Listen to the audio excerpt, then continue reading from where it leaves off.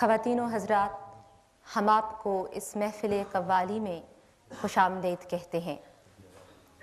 حاضرین گرامی، عرب و عجم سے آنے والے صوفیوں، خدا شناسوں اور اہل علم کے قافلے جب بر صغیر میں پہنچے تو یہاں کی مقامی ثقافت کے حوالے سے تبلیغ اور اشاعت دین کا سلسلہ شروع ہوا۔ بر صغیر میں جن علوم و فنون کو مسلمان مشاہیر نقطۂ کمال تک لے گئے، ان میں موسیقی سر فہرست ہے، اور یہی وجہ ہے کہ جب ہم بر صغیر کی تہذیبی اور عمرانی تاریخ پر نظر ڈالتے ہیں تو آج سے تقریباً 700-800 برس پہلے کی ایک نابغہ روزگار شخصیت حضرت امیر خسرو موسیقی کی سرتال کو تن تنہا سنبھالے ہوئے ملتے ہیں۔ قول و اقرار کے قلبی اور روحانی معاملات کو قوالی کی صورت میں روشناس کرانے کا صحرا بھی حضرت امیر خسرو کے سر ہے، اور پھر بر صغیر کے کونے کونے میں سما کی محفلیں بپا ہونے لگیں اور توحید اور رسالت کے ساتھ خلق خدا کی وابستگیاں قوالی کے روپ میں ڈھلنے لگیں۔ آج سے قریب آدھی صدی پہلے کی بات ہے جب جالندھر کے دو عظیم قوالوں استاد فتح علی خان صاحب اور استاد مبارک علی خان صاحب نے قوالی کے فن کو تال اور تھاپ کا ایک نیا نکھرا ہوا روپ دیا۔ وہ جدید قوالی کے بانی تھے۔ اسی گھرانے کے چشم و چراغ استاد نصرت فتح علی خان صاحب آج ہمارے سامنے موجود ہیں۔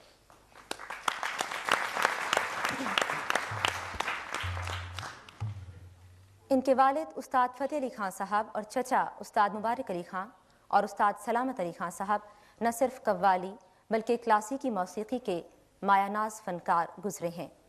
یہ جناب استاد فتح علی خان صاحب ہی تھے جنہوں نے قوالی کو ایک نئی جہت عطا کی اور اسے آسمان کی بلندیوں تک لے گئے۔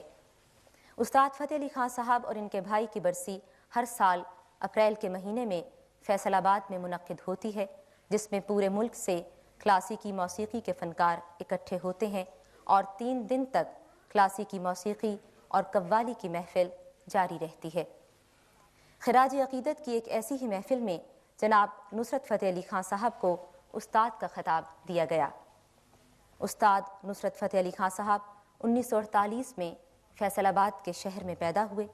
کلاسیکی موسیقی کی تعلیم اپنے والد بزرگوار سے بچپن سے ہی حاصل کرنا شروع کی، لیکن قوالی کی تعلیم انہوں نے 16 سال کی عمر میں اپنے چچا استاد سلامت علی خان صاحب سے حاصل کی۔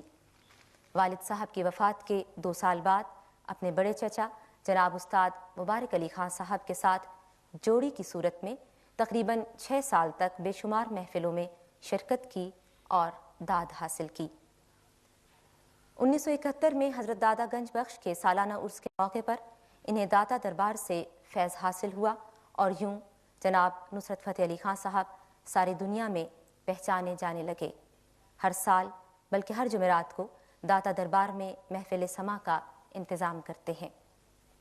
کئی بیرونی ممالک میں اپنے فن کا مظاہرہ کر چکے ہیں اور 1987 میں پریزیڈنٹ پرائڈ آف پرفارمنس بھی حاصل کر چکے ہیں۔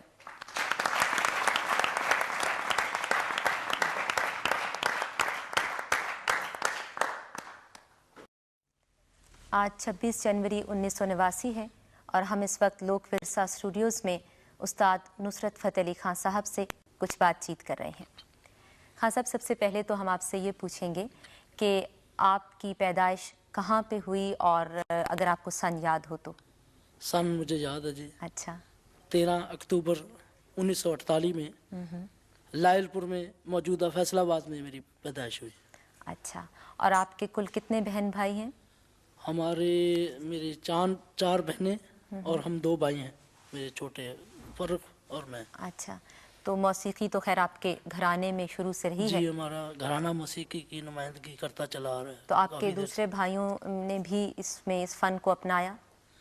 اس میں ہمارے تایا استاد مبارک علی خان کے بیٹے ہیں مجاہد علی خان۔ اچھا۔ اور میرے چھوٹے تایا استاد سلامت علی خان کے بیٹے ہیں اسد علی خان۔ اچھا۔ اور میرے چچا نوازش علی خان کے بیٹے ہیں کوکب علی خان۔ اچھا، وہ ہمارے ساتھ سنگت کر رہے ہیں۔ اچھا خان صاحب، آپ کی شادی کب ہوئی؟ میری شادی 1979 میں۔ اور آپ کے ماشاءاللہ بچے کتنے ہیں؟ 1 بچی ہے جی۔ اچھا، آپ کے والد استاد فتح علی خان صاحب کا انتقال کس سن میں ہوا تھا؟ میرے والد استاد فتح علی خان صاحب کا انتقال 1964 12 مارچ 1964 میں 1964 میں. اچھا، آپ نے بتایا کہ آپ کی پیدائش فیصل آباد میں ہوئی، تو کیا آپ کے والد بھی شروع سے ہی فیصل آباد میں تھے جی نہیں، یا کہیں ہمارے سے؟ والد صاحب جو تھے وہ بستی شیخ جلندر، اس سے پہلے ہمارے بزرگ جو تھے وہ ابتدائی افغانستان سے ہجرت کر کے آئے انڈیا میں. اچھا تو آ کر انہوں نے ہمارے جلندر میں ایک مشہور تھے شیخ درویش، ان کے ساتھ ہی وہ وہاں سے آئے تھے. تو ان کے ساتھ ہی وہ جگہ بھی ان کے نام سے منسوب ہوئی، وہیں جلندر میں. بستی شیخ درویش اس کا نام تھا. اچھا، تو جلندر میں. اور پھر آپ کے والد صاحب فیصل آباد. جی ہاں، اس کے بعد پارٹیشن کے بعد فیصل آباد میں. اچھا، تو آپ نے اپنی موسیقی کی تعلیم شروع میں کس سے حاصل کی؟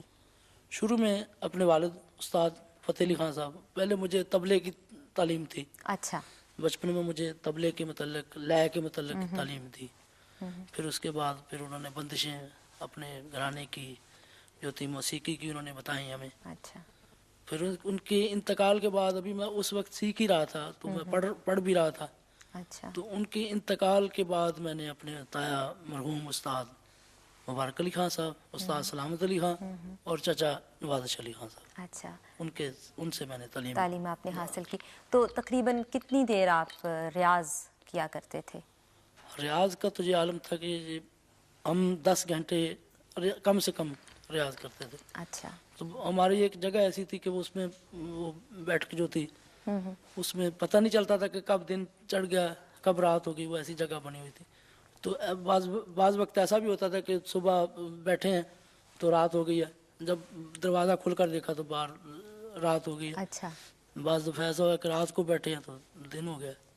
لیکن خان صاحب، ایک بچہ چاہے اس کو کتنا بھی لگاؤ کیوں نہ ہو موسیقی سے یا کسی بھی چیز سے، بہرحال بچہ ہوتا ہے اور اس کی اور بھی بہت سی چیزوں میں توجہ چلی جاتی ہے. تو کبھی آپ کے ساتھ ایسا ہوا کہ آپ اتنی دیر ریاض کرتے ہوئے تھک گئے ہوں یا آپ کا جی نہ چاہ رہا ہو؟ تو ہاں جی، بعض دفعہ پہلے شروع میں جب مجھے بتایا انہوں نے جی تو بعض دفعہ وہ کچھ مٹھائی وغیرہ کا لالچ دے کے انہوں نے مجھے شروع کروایا. اچھا. بعض دفعہ ایسا ہوتا تھا کہ میں سو جاتا تھا، میں ضد کرنے لگ گیا تو انہوں نے مجھے جگا کر کہا کہ یہ بیٹے لو مٹھائی کھاؤ اور یہ چیز یاد کرو، یہ ریہرسل کرو. مٹھائی تو کھلائی، کبھی ڈانٹ وغیرہ بھی ہاں پڑی؟ بہت ڈانٹ پڑی جی. بعض دفعہ ایسا ہو گیا کہ میں سو گیا، یاد نہیں کیا، انہوں نے مارا بھی اچھا. اور ڈانٹ بھی تھی. یعنی ہر طرح کی چیز جو ہے وہ آپ نے جس طرح سے بھی انہوں نے سکھانے کی کوشش کی کہ جیسے بھی یہ سیکھ سکے. بعض دفعہ ایسا ہوتا تھا کہ میں جب شروع میں قوالی میں شروع ہوا تو صرف ایک چیز گا کر میں جا کے سو جاتا تھا. اچھا. تو باقی وہ تمام رات گاتے رہتے تھے میرے تایا. اس کے بعد پھر میں نے آہستہ آہستہ زیادہ انہوں نے شوق مجھے ڈالا، کبھی لالچ دیا کبھی، تو پھر آہستہ آہستہ میں نے آپ زیادہ دیر جو ہے وہ ریاض کرنے لگ گئے. اچھا، شروع میں جب آپ نے تعلیم حاصل کرنی شروع کی تو کلاسیکی موسیقی کی یا قوالی کی؟ جی بیک وقت دونوں چیزوں کی. اچھا. کلاسیکی موسیقی تو ہماری بنیادی چیز تو ہے نا. تو اس کے علاوہ مجھے کلام بزرگان دین کا یاد کروایا گیا کہ میرے چاچا خاص طور پر استاد نوازش علی خان صاحب نے، وہ بڑے پڑھے لکھے تھے، خود شاعر بھی تھے. انہوں نے کلام کے متعلق میرے والد صاحب نے بھی، تایا نے بھی، کہ یہ چیزیں جو بزرگوں کی چلی آ رہی ہیں، جو پرانی ٹریڈیشنل چیزیں چلی آ رہی ہیں، ان کو یاد کرو. حضرت امیر خسرو کا کلام، جامی صاحب کا کلام، حافظ صاحب کا کلام، یہ سب آپ نے شروع میں یاد کر لیا تھا. شروع میں جو پرانی چیزیں ہیں وہ یاد کرنی. اچھا، اور پھر کلاسیکی موسیقی آپ کو بنیادی طور پہ سکھائی گئی. اچھا، آپ نے تو خیر تعلیم جو ہے تقریباً اپنے خاندان کے بزرگوں سے ہی حاصل کر لی، تو کیا باقاعدہ وہ استادی شاگردی کی جو رسم ہوتی ہے وہ بھی ہوئی تھی؟ اچھا، تو اس کی کچھ تفصیل بتائیں گے کیسے ہوتی ہے وہ ترتیب ایسے ہوتی ہے کہ میں نے وہ اس میں باقاعدہ گنڈا باندھا جاتا ہے تو اور استاد خانے کے جتنے بھی رشتہ دار عزیز ہوتے ہیں ان کو مانا جاتا ہے، ان کو نذرانہ پیش کیا جاتا ہے. اور استاد خانے کی جو بچیاں ہوتی ہیں ان کو بھی نذرانہ پیش کیا جاتا ہے، اور استاد کو بھی جو اپنی حسب توفیق جو جتنی بھی ہو اس کو پیش کیا جاتا ہے، خواہ کپڑا پیش کیا جائے، خواہ کچھ بھی پیش کیا جائے. اچھا. اور اس کے بعد جو سینئر استاد بھائی ہوتے ہیں جنہوں نے پہلے استاد سے تعلیم حاصل کی ہوتی ہے ان کو بھی مانا جاتا ہے. اچھا. تو یہ رسم ہے، باقاعدہ ایک رسم جو ہے وہ ادا ہوتی ہے.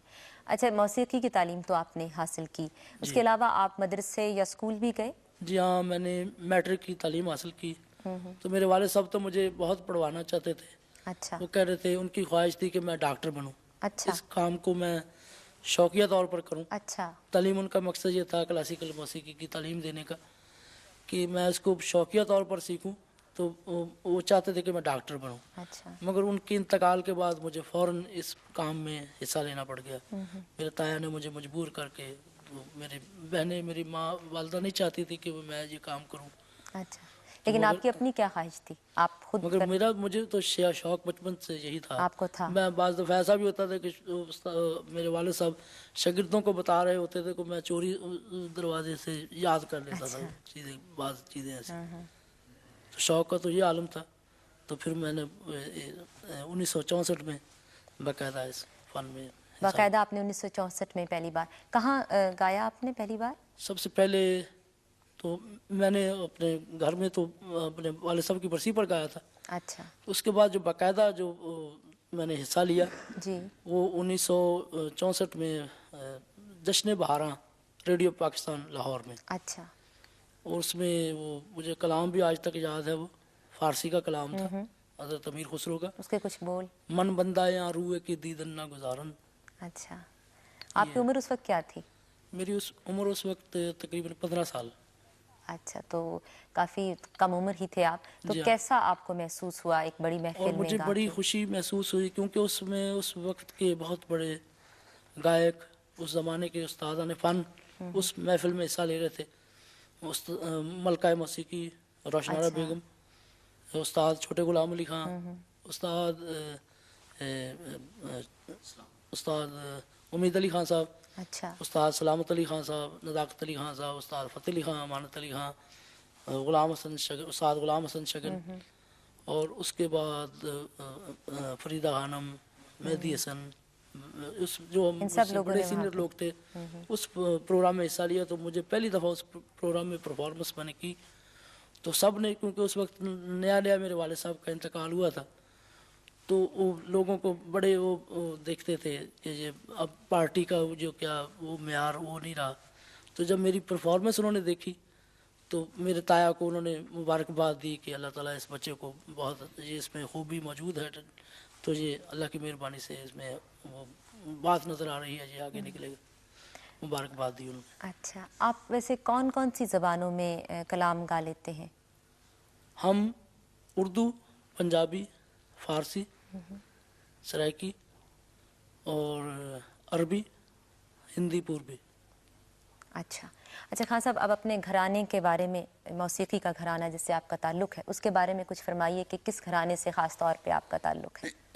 ہمارا گھرانہ دھربت کا چلا آ رہا ہے جی، تقریباً 500 سال سے. ہمارے بزرگ استاد صاحب داد خالق داد خان انہوں نے باقاعدہ دھربت کا گانا اختیار کیا. تو ہمارا اس گھرانے کا تعلق جو ہے وہ ڈاگر خاندان، استاد برہم خان جی کے خاندان سے، سینیوں سے ہوتا ہے اچھا دھربت کا. اور کچھ ہمارے بزرگوں نے خیال کی گائکی اپنا قوال بچوں کے گھرانے سے اچھا شاگردی کی، اور خیال کی گائکی جو ہے وہ ہماری اس طرف سے. اچھا جی، تو آپ کیا سمجھتے ہیں کہ آپ کے گھرانے کے گائکوں کا جو ایک مخصوص اور منفرد انداز ہے اس کی کیا وجہ ہے؟ ہمارے خاص جو آپ قوالی میں تو ہمارے جو ہے نا وہ اس تلفظ، گرا، تضمین، بول بانٹ، لے کاری، ان چیزوں کا خیال رکھا جاتا ہے. راگ کی صحیح خوانی کا خیال رکھا جاتا ہے. اگر کوئی دھن کسی راگ میں شروع ہوئی ہے تو اس راگ کی صحیح خوانی کا، آروہی امروہی کا خیال رکھا جاتا ہے. اگر کسی مشر میل ٹھاٹ میں چیز دھن شروع ہوئی ہے تو اس ٹھاٹ میں جتنے بھی راگ، جتنے اس کے نزدیک کے راگ ہیں ان کو ہم اس میں شامل کر کے تو گایا جاتا ہے. اچھا تو یہ خاص طور پر ہمارے بزرگوں کی اور ہمارے گھرانے کی کہ آپ جو ہے راگ کو اس میں شامل کر کے. جی ہاں، یہ چیزیں جو بنیادی چیزیں ہیں یہ ان کو ہم بہت زیادہ اس کا خیال رکھتے ہیں، لے کاری کا، بول بانٹ کا. تو آج کل آپ ذاتی طور پہ راگ اور قوالی میں سے کس کو زیادہ ترجیح دیتے ہیں؟ بنیادی طور پر تو مجھے کلاسیکل راگ مجھے پسند ہے، مگر میں کیونکہ میری جو ہے مجھے فخر ہے کہ میں قوال کی حیثیت سے میرا نام جو ہے کیونکہ ہمارا گھرانہ بھی قوالی کا اور کلاسیکل کا چلا رہا ہے، اور مجھے یہ فخر ہے کہ میں اپنے بزرگوں کے نقش قدم پر چل رہا ہوں۔ لیکن ویسے اگر آپ کو یہ ایک دیا جائے کہ جی آپ یا تو راگ گائیے اور یا قوالی گائیے، تو آپ کسے چننا پسند کریں گے دونوں میں سے؟ نہیں، وہ تو میں نے چنا ہوا ہے کہ میں نے قوالی کو زیادہ ترجیح اچھا، دے رہا چنا ہوں، ہوا ہے، مگر اس کے بغیر ہماری قوالی میں بھی وہی نظر آئے گا آپ کو۔ یعنی یہی تو آپ کی انفرادیت ہے یہ کہ ہماری آپ انفرادیت یہی ہے کہ ہم راگ کو ہم نہیں چھوڑتے، کلاسیکل کو ہم کبھی نہیں چھوڑتے۔ اچھا خان صاحب، ایک ہماری معلومات کے لیے آپ یہ بتائیے کہ قول اور ترانہ کیا ہے؟ قول حضرت امیر خسرو کی ایجاد ہے، ترانہ بھی ان کی ایجاد ہے۔ قول کے جو بول ہوتے ہیں، مثلاً بندشیں ہیں، قال رسول مدینہ العلم علی بابھا، یہ ایسے بول جو حدیثوں کو اچھا، ان کی بندش راگوں میں اور تالوں میں جو کی ہے اس کو قول قول کہا کہتے جاتا ہیں، ہے۔ اچھا، اور جو قول تھے ہیں اس کے باقاعدہ 3-4 تالوں میں اس کا ہوتا ہے، تو وہ تال بدلتے رہتے ہیں، راگ کی شکل جو ہے وہ بدل جاتی ہے، تو ان کو مرکب کو بنا کر ایک قول بنایا جاتا ہے۔ اچھا، تو اور جیسے ترانہ جو ہے اس میں بول جو ہوتے ہیں تو تانوم در در توم، یہ حضرت امیر خسرو کی ایجاد ہے، اس میں فارسی کے بول انہوں نے شامل کیے۔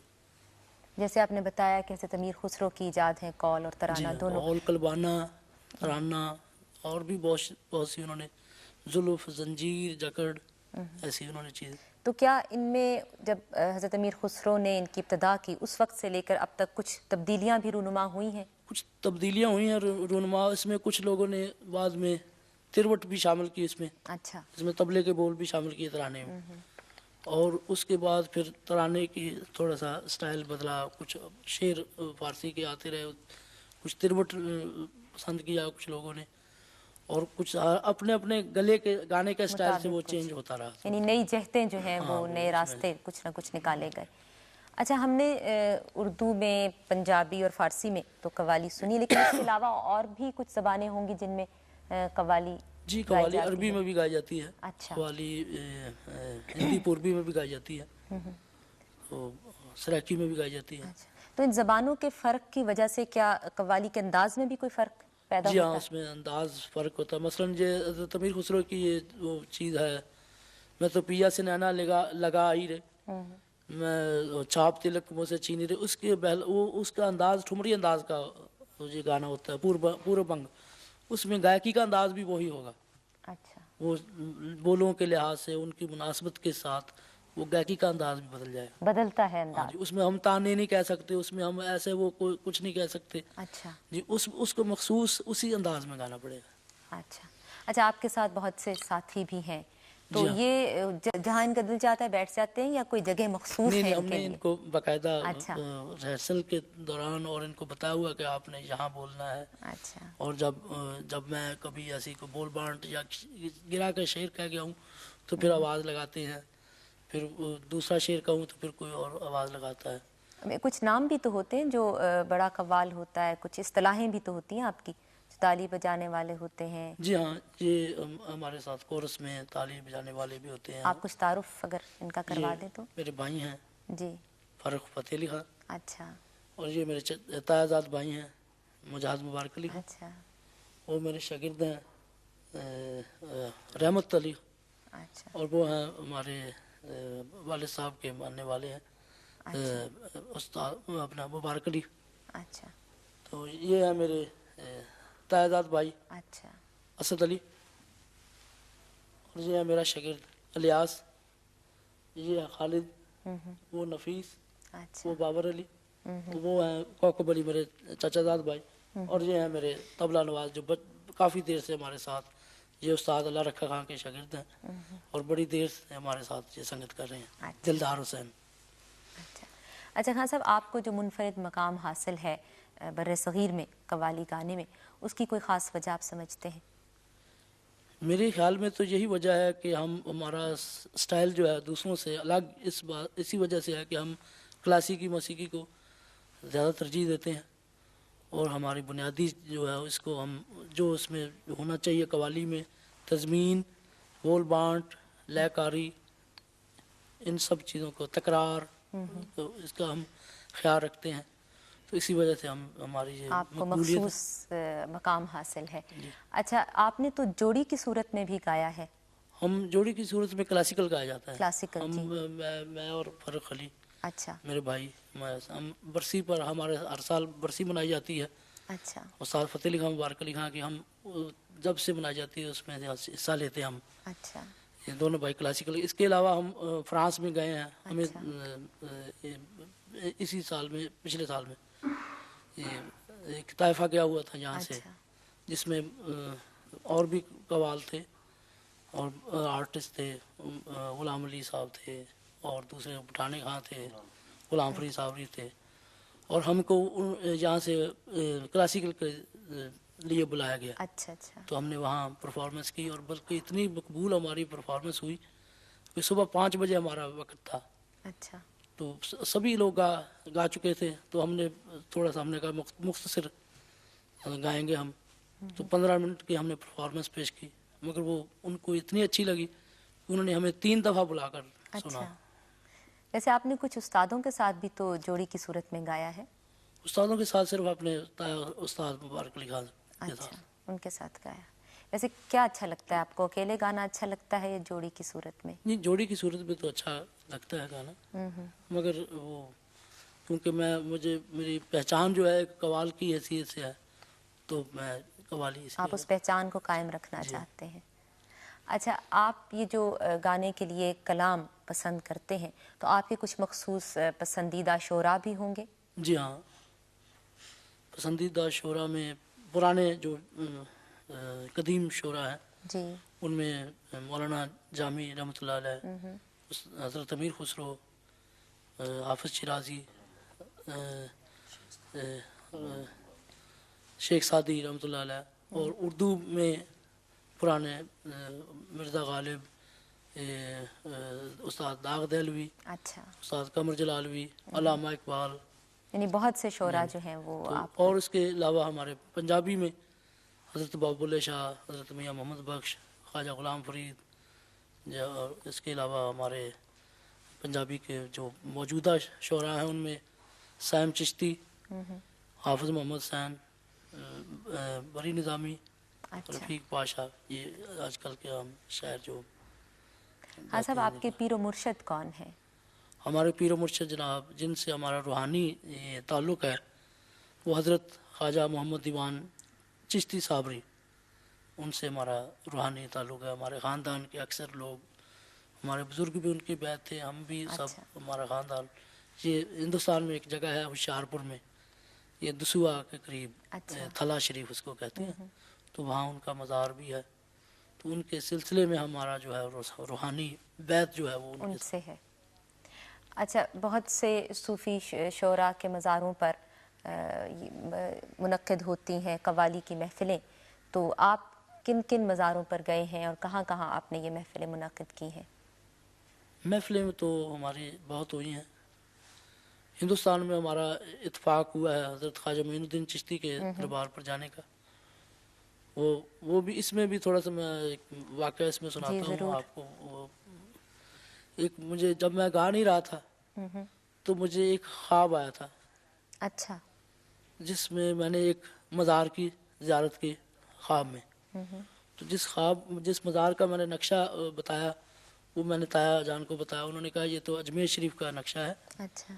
تو مجھے بڑی بچپن سے یہ خواہش تھی کہ میں اس مزار پر جا کر حاضری دوں. جب ہم ہندوستان گئے 1980 میں تو وہی نقشہ تھا، اسی دربار، اسی جگہ پر بیٹھ کر میں نے حاضری کی. اور خواب آپ نے کب دیکھا تھا؟ کتنے چھوٹے تھے آپ؟ خواب جب میرے والد صاحب انتقال ہوا، اچھا، اس کے بعد میں نے خواب دیکھا.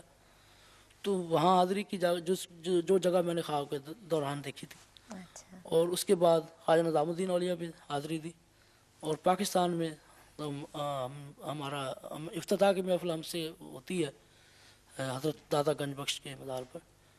اور اس کے بعد بابا فرید الدین چشتی کے مزار پر پگڑی بردار قوالوں میں ہمارا نام ہے. اور اس کے علاوہ بہت سی درگاہیں ہیں، تونسا شریف، چشتیاں شریف، مہار شریف، سیال شریف، گولڈا شریف، سبھی درگاہوں پر حاضری کا موقع ملا ہے.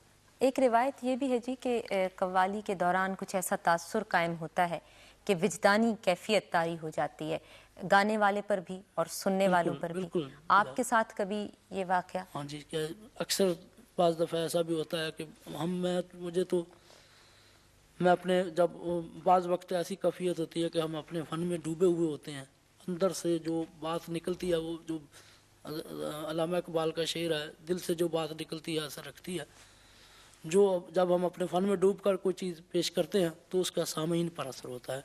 بعض دفعہ ایسا ہوا کہ کسی بزرگ کے کلام پر، بڑے بڑے بزرگوں کو دیکھا ہے، کیف ہو گیا، وجد ہو گیا، ساری محفل رو رہی ہے، اور اس وقت ہمیں بھی ہماری بھی وجدانی کیفیت۔ کوئی واقعہ آپ کو یاد ہے ایسا کہ سننے والوں پر کوئی خاص طور پر ایسی کیفیت طاری ہوئی ہو کہیں پر؟ یہ پچھلے سال کا واقعہ ہے کہ ہم نے وہ ایک شعر پڑھ رہے تھے، وہ داتا صاحب کو پنجابی کا شعر تھا، دکھ رج رج داتا نو سنائیے میلے نے بچھڑ جانا۔ تو اس مصرے کا اور اس دھن کا لوگوں پر اتنا اثر ہو گیا، ہم پر بھی اتنا اثر ہو گیا کہ تمام وہ ہزاروں کی تعداد میں مجمع تھا، وہ ہزاروں کی تعداد میں وہ لوگ کھڑے ہو گئے اور ہزاروں قطار رو رہے ہیں اور ہم بھی کھڑے ہو گئے رو رہے ہیں۔ تو اتنی کیفیت، تاثر کی کیفیت۔ ویسے آپ تو بہت سے دوسرے ممالک میں پاکستان سے باہر بھی گئے ہیں، جی ہاں، کہاں کہاں آپ کا جانا ہوا؟ ہم سب سے پہلے انڈیا میں گئے، اچھا 1980 میں راج کپور کے بیٹے کی شادی پر گئے تھے، اور اس کے بعد پھر ہم متحدہ عرب امارات، سعودی عرب، مصر، پھر اس کے بعد ناروے، ڈنمارک، سویڈن،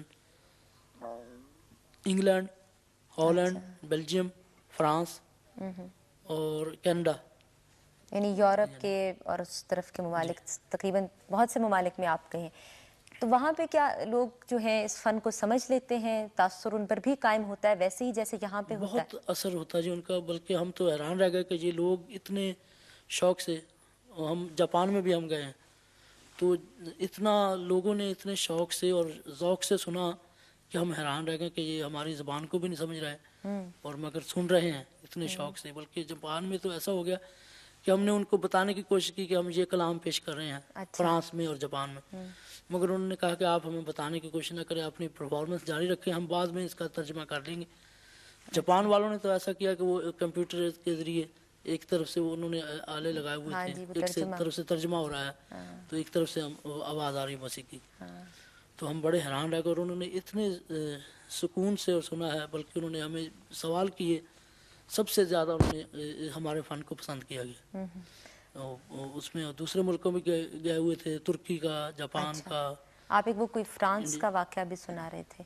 جی ہاں، فرانس کا ہم یہ گئے ہوئے تھے ہم کلاسیکل کے پروگرام میں، تو جس میں سبھی فنکار اپنے اپنے ٹرن بائی ٹرن اپنا اپنا پروگرام پیش کر رہے تھے، تو ہمارا سب سے آخر میں پروگرام تھا، تو کلاسیکل کی ہم نے نمائندگی کر رہے تھے۔ اچھا، تو میں نے کہا کہ یہ تمام رات سے یہ لوگ جاگتے رہے ہیں تو صبح کے 5 بج گئے ہیں، تو اس کو ہم شارٹ کریں پروگرام کو۔ میرے ساتھ سنگت طبلے پر تاریخ کر رہا تھا، تو میں نے اسے کہا کہ اس کو تھوڑا سا بلمپت میں اس کو نکال دیتے ہیں، جو درد کا حصہ ہے جھپتال میں اس کو ہم پیش کرتے ہیں۔ ایسا ہی کیا ہم نے۔ وہ اللہ کی مہربانی سے پروگرام اتنا مقبول ہوا کہ انہوں نے 3 دفعہ میں بلا کر سنا، تو 7 بجے تک پھر ہم گاتے رہے صبح۔ ویسے خان صاحب، یہ قوالی میں ایک خاص بات یہ سمجھی جاتی ہے کہ عارفانہ کلام ہی گایا جاتا ہے، تو کیا یہ ضروری ہے؟ جی ہاں، یہ اس کی بنیاد یہی ہے۔ قوالی کا جو مقصد، اس کو بنانے کا مقصد یہ تھا کہ اس میں بزرگان دین کا کلام پیش کیا جائے جس کا تعلق ڈائریکٹ روح سے ہے، روح کی پاکیزگی جس کو ملے۔ حضرت خواجہ معین الدین چشتی نے اس کے متعلق جو چیزیں بیان کی ہیں اس میں یہ خصوصی طور پر یہ کہا گیا ہے کہ اس کو ایسے لوگوں ایسے سننا چاہیے، گانے والے کو باوضو ہونا چاہیے، باشرہ ہونا چاہیے، سننے والے کو باشرہ ہونا چاہیے، باوضو ہونا چاہیے۔ تو پھر اس کا تعلق جو ہے نا، اس کی بلکہ انہوں نے تو یہ کہا تھا کہ ولایت کی منزلیں جو ہے نا، جو برسوں کی ریاضت سے طے نہیں ہوتی، وہ قوالی کے دوران چند لمحوں میں وہ طے ہو جاتی ہیں۔ اچھا، تو پھر ایک طرف یہ بات ہے جو آپ کہہ رہے ہیں، اور دوسری طرف ہم فلمی قوالی کو دیکھتے ہیں، اس کے بارے میں آپ کا کیا خیال ہے؟ یہ اس نے ہمارے فن کو کافی نقصان پہنچایا ہے، کیونکہ یہ اپنے اصلی جو اپنے مسلک سے وہ ہٹ گئے ہیں۔ اس میں وہ عورتیں قوالی کرتی ہیں، بلکہ اس ہمیں خصوصی طور پر منع کیا گیا ہے کہ عورتوں کی قوالی سننی بھی نہیں ٹھیک، اور بلکہ ان کو نہیں، اس فن میں نہیں حصہ لینا چاہیے، کیونکہ اس کا تعلق مذہبی رنگ ہے اس میں۔ اچھا، تو خاص طور پر فلموں کی وجہ سے غلط تاثر قائم ہو دیا رہا ہے گیا آپ کے خیال میں. آپ کو استاد کا خطاب کہاں پر ملا تھا اور کس نے دیا تھا؟ استاد کا خطاب تو مجھے پہلے ہمارے والد صاحب کی برسی پر، جس میں بڑے بڑے فنکار حصہ لیتے ہیں، اچھا. بڑے بڑے اچھے لوگ آتے ہیں، اس میں میں نے کلاسیکل پیش کیا. تو اس میں انہوں نے استاد کا مجھے کہا گیا کچھ لوگوں نے، تو مجھے باقاعدہ طور پر وہاں لاہور میں ایک محفل ہوئی تھی اپنا، وہاں اس میں بڑے بڑے تمام اساتذہ فن اس میں تھے. استاد سلامت علی خان، استاد فتح علی خان، استاد چھوٹے غلام علی خان، استاد غلام حسن شگن، جتنے بھی لاہور کے میوزک ڈائریکٹر سبھی لوگ گانے بجانے والے میرے ساتھ. طبلے پر سنگت استاد میاں شوکت حسین خان نے کی، اور 2.5 گھنٹے میں نے کلاسیکل پیش کیا. اس کے بعد پھر انہوں نے باقاعدہ مجھے اعزاز استاد فن کا دیا، تو اس کے بعد مجھے استاد خطاب مل گیا. جی. موسیقی کی مختلف اصناف جیسے خیال کی گائکی، کلاسیکی موسیقی کی جو اصناف ہیں، آپ کے کچھ پسندیدہ گائک بھی ہوں گے، تو خیال کی گائکی میں کچھ نام آپ ہمیں بتائیے، ہندوستان پاکستان دونوں میں. خیال کی گائکی میں مجھے ہندوستان میں استاد امیر خان، استاد بڑے غلام علی خان صاحب، اچھا. اور پاکستان میں استاد چھوٹے غلام علی خان صاحب، استاد سلامت علی خان صاحب. اچھا. یہ اور دھرپد کی گائکی میں؟ دھرپد کی گائکی میں ہمارا استاد خانہ جن کا ہمارا تعلق ہے، اور ڈاگر برادران، ان کو میں نے سنا ہے، بلکہ میں نے سامنے سے نہیں سنا، ان کی ریکارڈنگ سنی ہے میں نے ریڈیو اچھا. پر. ان کا سٹائل گانے کا انہوں نے آپ کو متاثر کیا. جی ہاں. غزل کی گائکی میں تو ہمارے یہاں بہت سے نامور گلوکار موجود ہیں، آپ کے کوئی پسندیدہ نام؟ غزل کی گائکی میں ہمارے استاد مرحوم استاد برکت علی خان کے بعد جی مہدی حسن، جی. فریدہ خانم اور غلام علی. اور غلام علی. اچھا. اور قوالی کی گائکی میں؟ قوالی کی گائکی میں میں ذاتی طور پر متاثر اپنے والد استاد فتح علی خان صاحب سے. اچھا. ان کا زیادہ مجھے سٹائل پسند ہے اور ان سے متاثر ہوں. ان سے آپ متاثر ہیں. ابھی تک تو ہم نے بات کی اپنی روایتی اور کلاسیکی موسیقی کی، لیکن یہ جو آج کل کی موسیقی ہے جس کو ہم مغرب زدہ موسیقی کہہ سکتے ہیں، اس کے بارے میں آپ کا کیا خیال ہے؟ مگر موسیقی تو موسیقی ہوتی ہے اپنی جگہ، اس کو اچھی ترتیب سے ہم نے وہاں بھی سنا، جا کے بڑے بڑے اچھے پاپ سنگروں کو بھی سنا، جا کے سننے کا موقع ملا. ان میں کچھ ہمیں اچھا بھی لگا، کچھ ایسی انہوں نے دھنوں بھی پیش کی جن کے ساتھ انہوں نے ہمارا سٹائل بھی تھا، اس میں ہمیں سننے کا موقع ملا. موسیقی اپنی جگہ ہر طرح کی موسیقی اچھی اگر موسیقیت ہو اس کے اور اس میں اگر سیکھ کر اس کو کیا جائے تو وہ اچھی ہے. لیکن ایک عام تاثر یہ بھی پایا جاتا ہے کہ آج کل کیونکہ دنیا اتنی تیز رفتاری سے چل رہی ہے، ہر ایک کے پاس اتنا وقت نہیں ہوتا کہ وہ باقاعدہ محفلوں میں بیٹھے اور کلاسیکی موسیقی کو سمجھے اور پھر اس کا مزہ لے سکے، اس لیے لوگ مغربی موسیقی کی طرف زیادہ ان کا رجحان ہوتا جا رہا ہے. اور یہ خیال ہے، خدشہ ظاہر کیا جا رہا ہے کہ شاید کچھ عرصے کے بعد مغربی موسیقی جو ہے وہ ہماری کلاسیکی موسیقی کی جگہ لے لے گی یا کلاسیکی موسیقی ختم ہو جائے گی. انشاءاللہ ایسا نہیں ہوگا، کیونکہ موسیقی تو ختم نہیں ہو سکتی کلاسیکی، مگر یہ میں اس میں میری ذاتی جو رائے ہے وہ میں پیش کروں گا کہ جو ہمارے استادان فن ہیں ان کو اپنے گانے کا سٹائل تھوڑا سا چینج کرنا چاہیے، کیونکہ اس وقت لوگوں کے پاس اتنا ٹائم نہیں ہے کہ وہ اتنی لمبی گائکی سن سکیں، کیونکہ وہ گھنٹہ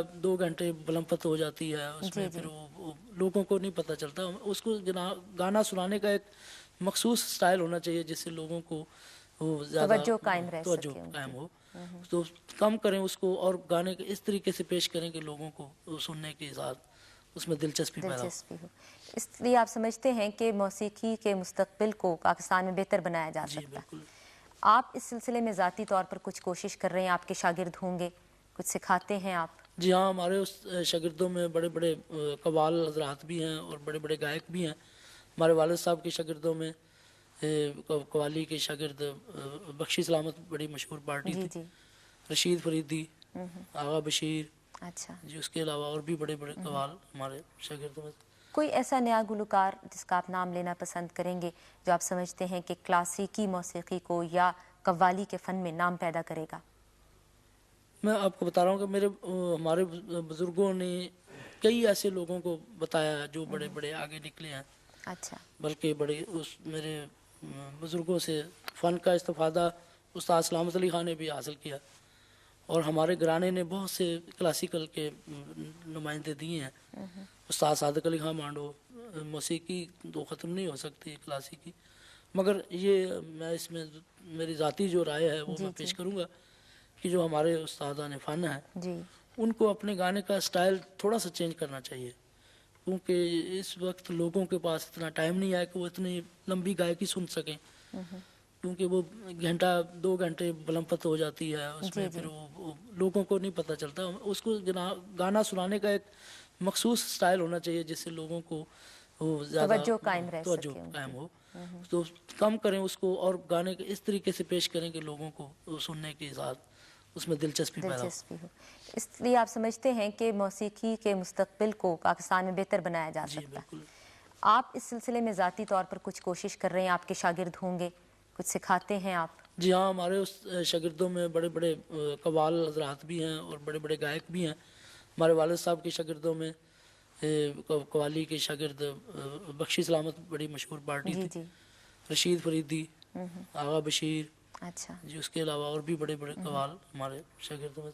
کوئی ایسا نیا گلوکار جس کا آپ نام لینا پسند کریں گے جو آپ سمجھتے ہیں کہ کلاسیکی موسیقی کو یا قوالی کے فن میں نام پیدا کرے گا؟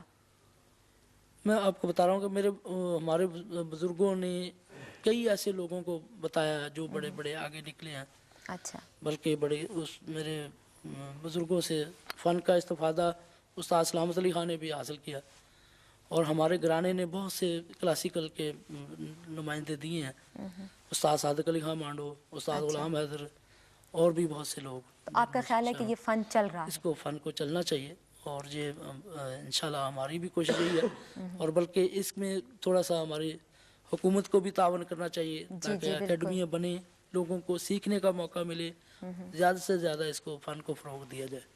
حکومت کی سطح پر ہاں کوششیں جی ہونی بالکل، چاہیے، اس میں لیکن اکیڈمی بننی چاہیے، اور لوگوں کو جو اس میں دلچسپی رکھتے ہیں وہ اس میں باقاعدہ لوگ سن تو لیتے ہیں، مگر ان کو پتہ نہیں ہوتا کہ ہم کیا سن رہے ہیں، کیا پیش کیا جا رہا ہے۔ اگر لوگ سمجھے کہ جو پیش کرنے والا ہے جو اس کے فن کو سمجھنے کی کوشش کریں تو یہ بہت اچھا طریقہ ہوگا۔ اچھا جی، موسیقی کی بات تو ہم نے بہت کی، آپ یہ ہمیں بتائیں کہ موسیقی کے علاوہ آپ کے کوئی مشاغل ہیں؟ موسیقی کے علاوہ مجھے ہاکی اور کرکٹ دیکھنے کا شوق ہے، دیکھنے کا شوق ہے؟ ٹی وی اچھا پر جب بھی کوئی ایسا موقع ہو تو۔ اچھا، اس میں بھی ویسے آپ کو کوئی تال وال نظر آتی ہے؟ نہیں، باقاعدہ اس میں ٹیمپو ہوتی ہے، اچھا، اس میں وہ جو ایک ذہن بنا ہوتا ہے، ردم ہوتا ہے۔ ہاں ردم ہوتا ہے۔ آپ کی زندگی کی کوئی بہت بڑی خواہش؟ میری یہی خواہش ہے کہ میں اچھے سے اچھا گاؤں، اور بھی اس میں مجھے اپنے فن میں مزید ابھی اور کمی نظر آ رہی ہے، اس کو فن میں آگے بڑھاؤں، اور آگے ہمارے خاندان میں کوئی اور بھی بچہ گائے۔